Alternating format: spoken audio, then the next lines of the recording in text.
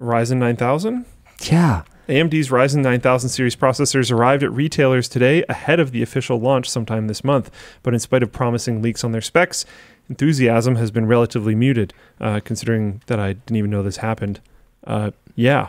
PC sales have been recovering from their post-pandemic slump, but that doesn't appear to have translated into renewed excitement for major component launches. Yeah, I mean, considering the performance uplift and compared to what we've grown accustomed to getting over the last 5 to 10 years, I am kind of blown away by how little buzz I've seen for Ryzen 9000. And I think a big part of it is that by not launching with X3D versions out of the gate, AMD is basically saying, yeah, gamers need not apply. And the enthusiast segment, and whether they game or not, people who are really interested in gaming performance benchmarks are pretty much a circle. Yeah. And there's going to be professionals who need the IPC and 12 cores, but don't need gaming performance or the better power efficiency that we tend to see with the X3D processors. And they'll, pick up Ryzen 9000 for their editing workstations, except like not a super high-end workstation because they aren't going Threadripper Pro. So it's like you got some users in there for whom Ryzen 9000 is going to make sense. But for an architectural move, where we're moving to Zen 5, and it seems like, betterer. The hype level is just blowing me away here. Like the lack of hype. And it kind of makes me worried. Like if AMD's CPUs become not interesting, what is there going to be left to be interested about from AMD? Because their GPUs sure aren't lighting the world on fire right now. Are they just going to move entirely to AI and data center? And are we going to be left with nothing? Obviously, that would be quite a few years off. But like, it almost feels like we're in this negative feedback loop where they didn't really give us anything to be excited about for a long time. And I'm talking collectively, the big three, your Intel, AMD, and NVIDIA. Actually, you know what? I'm going to include Microsoft in there. Because Microsoft, dude, Windows used to be it. A new Windows would move. It also used to be boxes. Interesting. But that's what I'm talking about. So I'm going to say the big four didn't give us anything interesting, so we got bored. So, sales of interesting things, like something that really stood out to me as interesting, even if it was kind of stupid, was that weird collab that Intel did with Cooler Master and EK, where they made a Peltier cooler for their high-end K-series chips that didn't improve performance in anything but gaming, where slightly higher boost clocks on a couple of cores was going to eke out a few % more performance, all for like 350 watts of extra power consumption or something like that. It was cool, but it was sort of too little too late by that point. So we're kind of bored and cynical and don't care anymore. So then why would they bother to, produce new products at this breakneck speed, especially as the cost of developing them goes up and up and up with each subsequent generation, which makes us bored, which makes them not bother, which makes us bored, which makes them not bother. Like, are we just going to be... Is cloud gaming just the future, whether we like it or not? I think that's like the biggest thing that I hate about the direction of tech right now, but I do kind of feel like maybe, yeah. I hate it, though. This is why I keep pushing back against these all-you-can-eat game services, because I think that's all going in that direction as well. And it's just... I distinctly remember us... I also want to say something that I forgot to say about the Microsoft subscription tier increase thing, is this is another reason. We've seen this with streaming services. We're seeing this with Game Pass. It's so much better to just own your stuff, because you don't know when the terms are going to be changed. Suddenly, Disney Plus, or whatever it's even called, has updated their pricing a bunch of times, and it's way more expensive than it was when you signed up. Yep. And now you are going to unsubscribe and suddenly have access to none of it, even though you paid for this thing over a while. It's a easier thing to stomach on the month-to-month basis. But overall, you're gaining nothing. Yep, you'll own nothing and be happy. Yeah. Don't be happy. Not with that. Be happy in general. I distinctly remember us having this conversation, and I think it was about 6th gen, or something like that. We were at the Langley house doing WAN show, and we were in that stuffy bedroom, and we were talking about the rumor at the time. Maybe it was 5th gen. I'm not sure anymore. It was one of the two. And we were talking about the rumor at the time that Intel was going to move to soldered CPUs on the motherboards. So essentially, you'd be locked in, and the only thing you'd be able to change was RAM.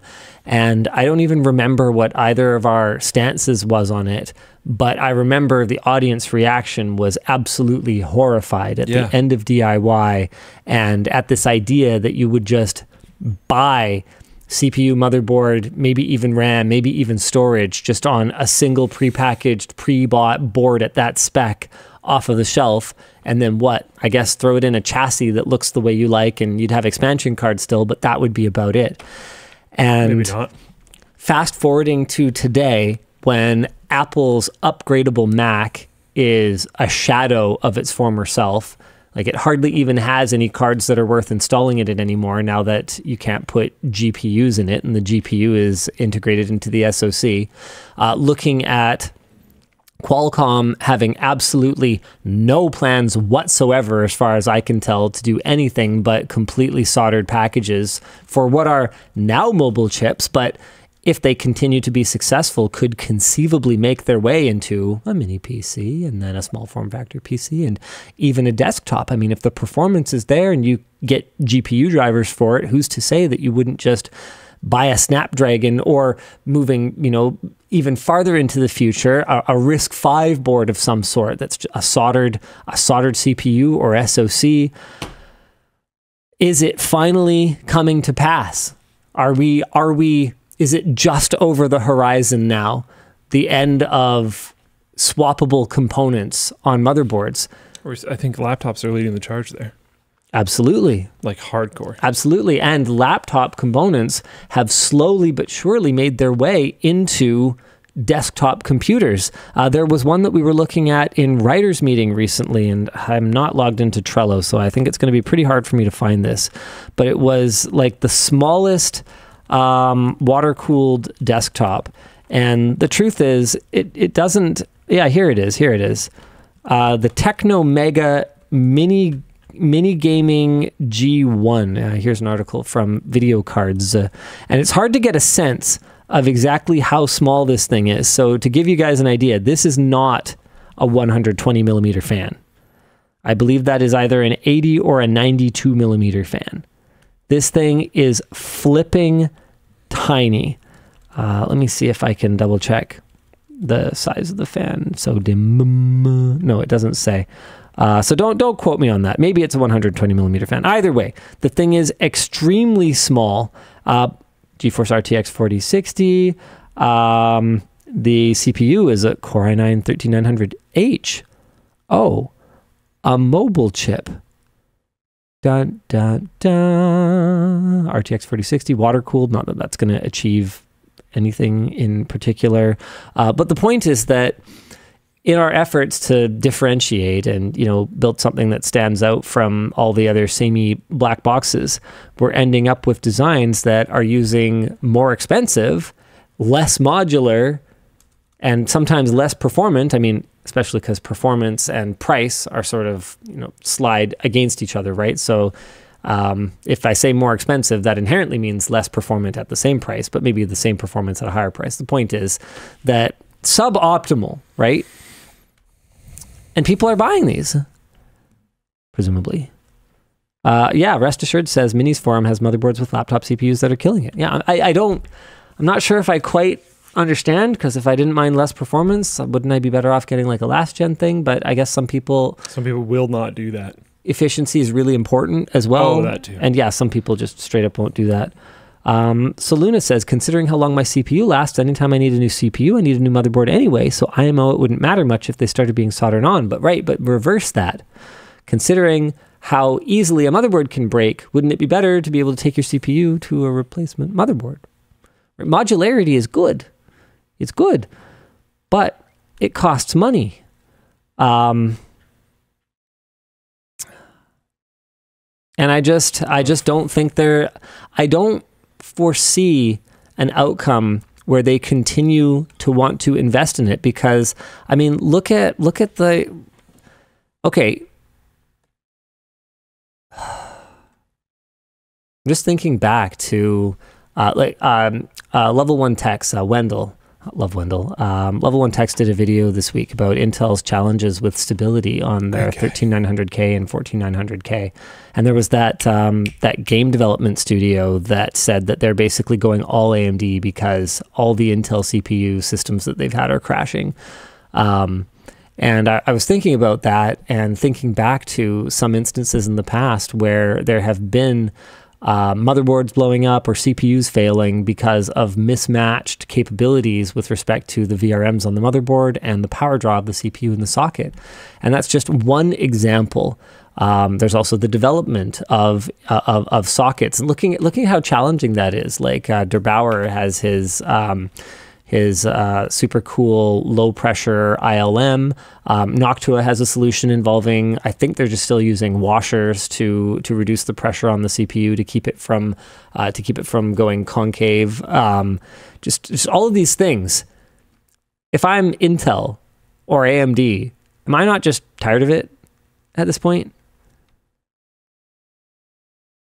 Probably. Most people are buying a Core i5 whatever K gaming CPU or i7 or i9. Like, there's, thinking back to my days at NCIX, you could count on one hand the number of SKUs that move in any appreciable volume. And for the specialty ones, like your low power, S SKUs, or AMD doesn't really have too many like weird kitschy ones. So on the Intel side, where they have a much deeper product stack, like your weird low power S ones, well, you would just expect a partner to go and develop a board around it and solder it to it and ship it. I don't know, man.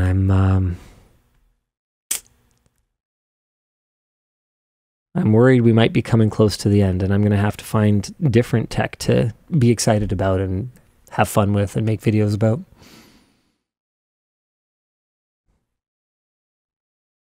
Well, how about servers? Yeah, I think servers will be the last to go. I think servers are a big part of why we still have modularity. Yeah. And I don't know how long they'll last. I mean, look at the way that NVIDIA was allegedly pressuring partners to buy the entire cabinet from them, top to bottom. Well, if that was the case, nothing would have to be modular anyway. Yeah, that's true. It could all be as integrated or not integrated as NVIDIA deems fit. And if you want it, you'll buy it. And if you don't buy it, you're going to be behind the competition in this AI arms race that we're in, right? So, no, I don't think it's a given anymore. But I do think that it's a big part of why we still have it.